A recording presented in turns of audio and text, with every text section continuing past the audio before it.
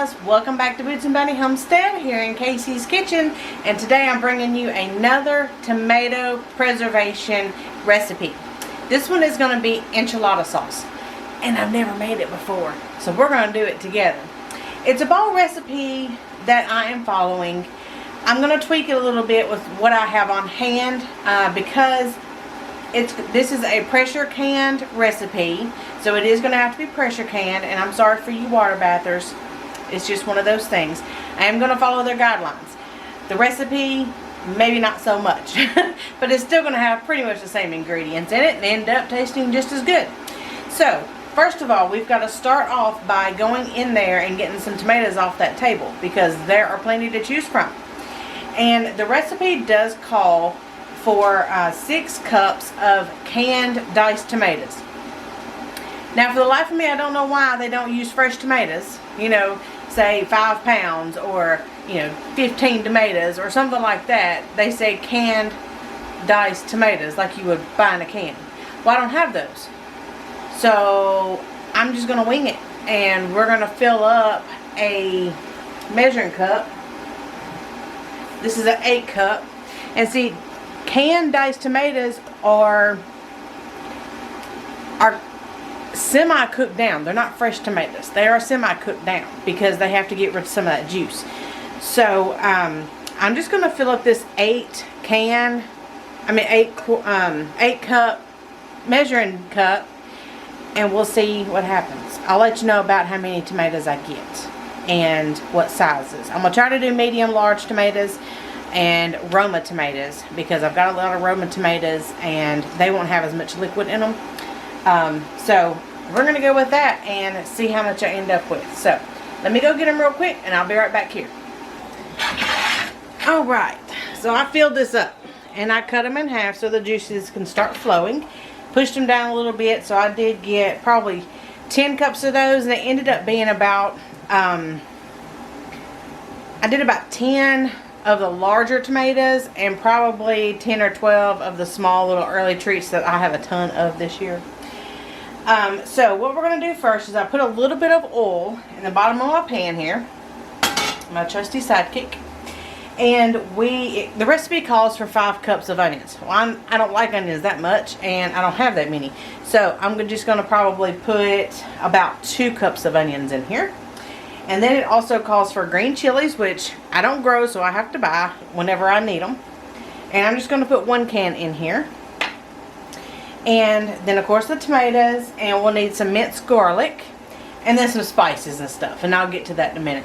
But first, we've got to heat up the oil just a little bit. And get the onions diced. And the chilies drained. And if you're using garlic cloves, go ahead and cut them up. If not, I just used the pre-minced ones because my garlic did not do good this year.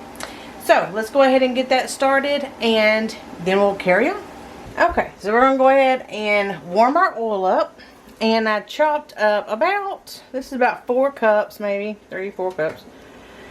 And I just did a rough chop of onions because this is all going to be cooked down and pureed in the end. And then drain your chilies. And get your garlic cut up, or go ahead and get it measured out and let the oil heat up while you do that. So when your pan is ready, go ahead and put in your onions and your chilies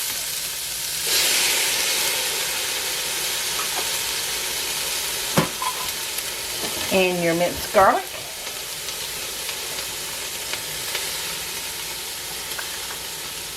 Can't get in there with that. You can stir it. Emma's going to stir for me. Just watch and make sure that your garlic does not burn. And we're going to cook this down until the onions are translucent and tender. So our onions are now getting translucent. Looking good, smelling good. Alright, so from here we are going to add the tomatoes. Ta-da!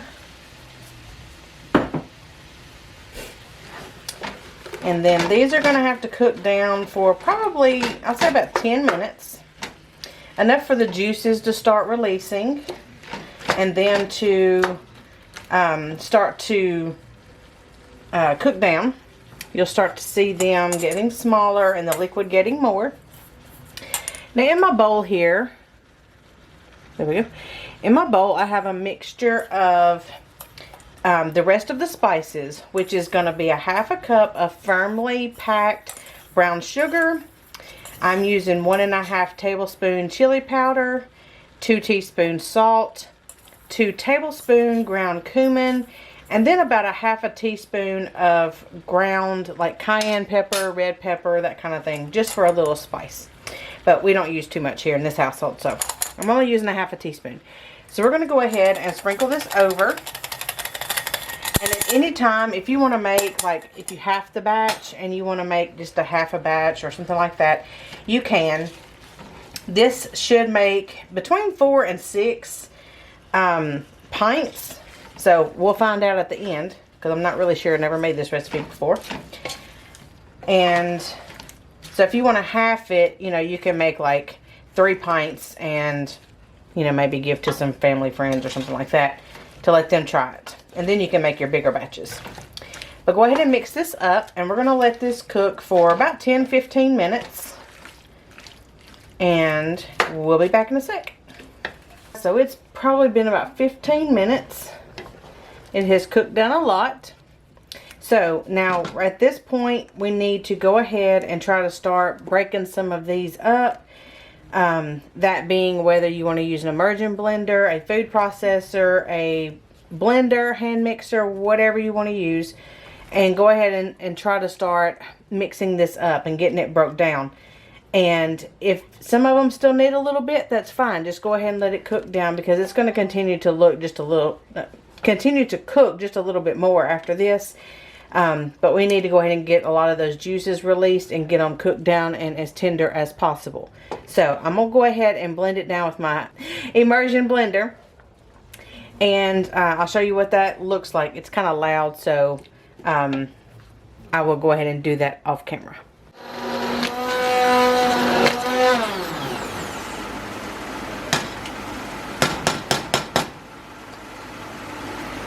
Alright guys, that is the last of me blending that up. Now I went ahead and turned this down on medium, and I think I pretty much got everything blended up. Now you can leave this to whatever consistency you want it. If you like it chunky, if you want it smoother, it's fine. Whatever you want to do. Now what we're going to do is we're going to let this cook down for about, let's say 15 to 20 minutes. Because my tomatoes in here didn't have a whole lot of water in them.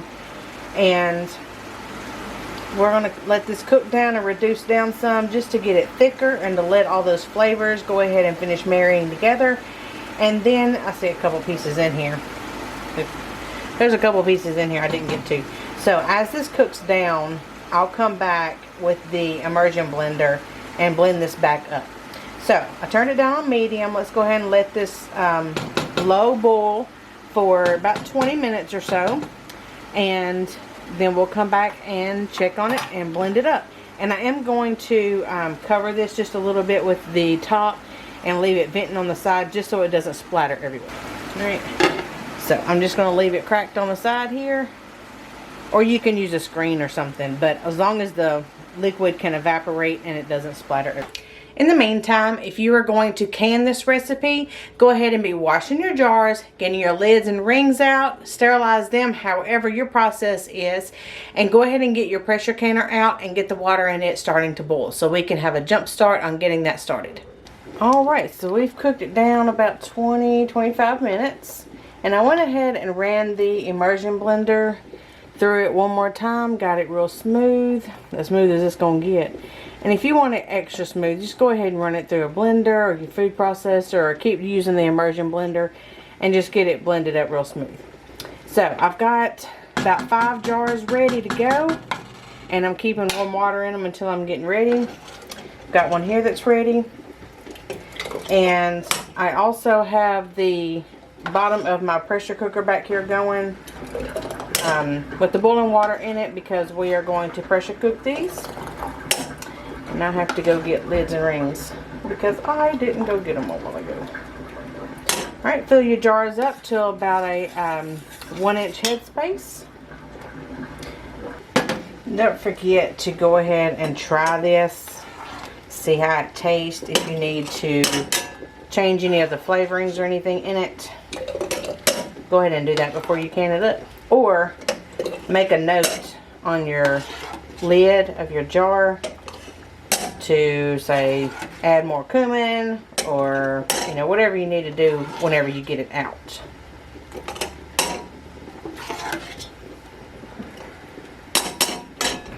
So this is going to make about 4 pints.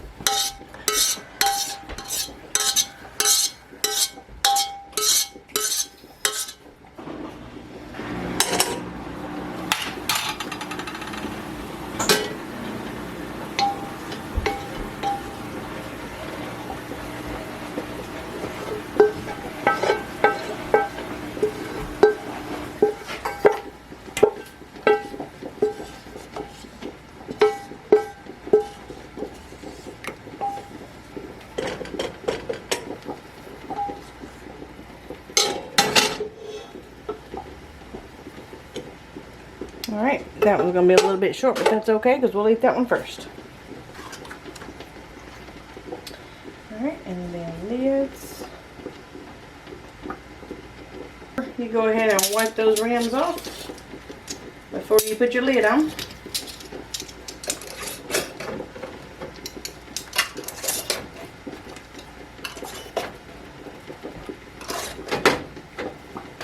Ow, that's hot. Alright. In they go. In they go into the pressure canner. I got a couple extra things I'm going to stick in there just to fill up some more of the room. But if you want to make a double batch of this, this will be a full pressure canner. But I'm going to go ahead and set these 10 minutes of pressure. 10 pounds of pressure for 50 minutes. And I'll show you the end result as soon as they come out, and it'll probably be tomorrow. Good morning, guys. We are going to open this up now. I have not seen them. Alright, so they all sealed. Let me get a rag.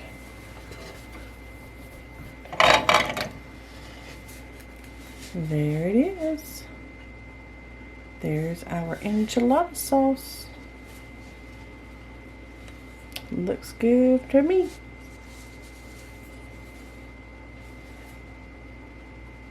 Don't store your jars with their rings on them. Go ahead and take those off. And you can go ahead and write on them as well. Pull on the top a little bit, make sure that it's actually a true seal.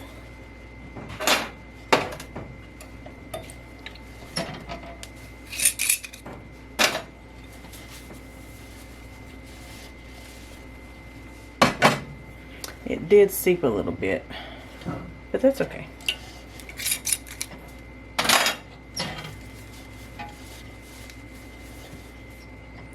Very pretty. Alright guys, so there is your brand new recipe to make enchilada sauce. Try it out. Let me know what you think, and we'll see you next time. Bye.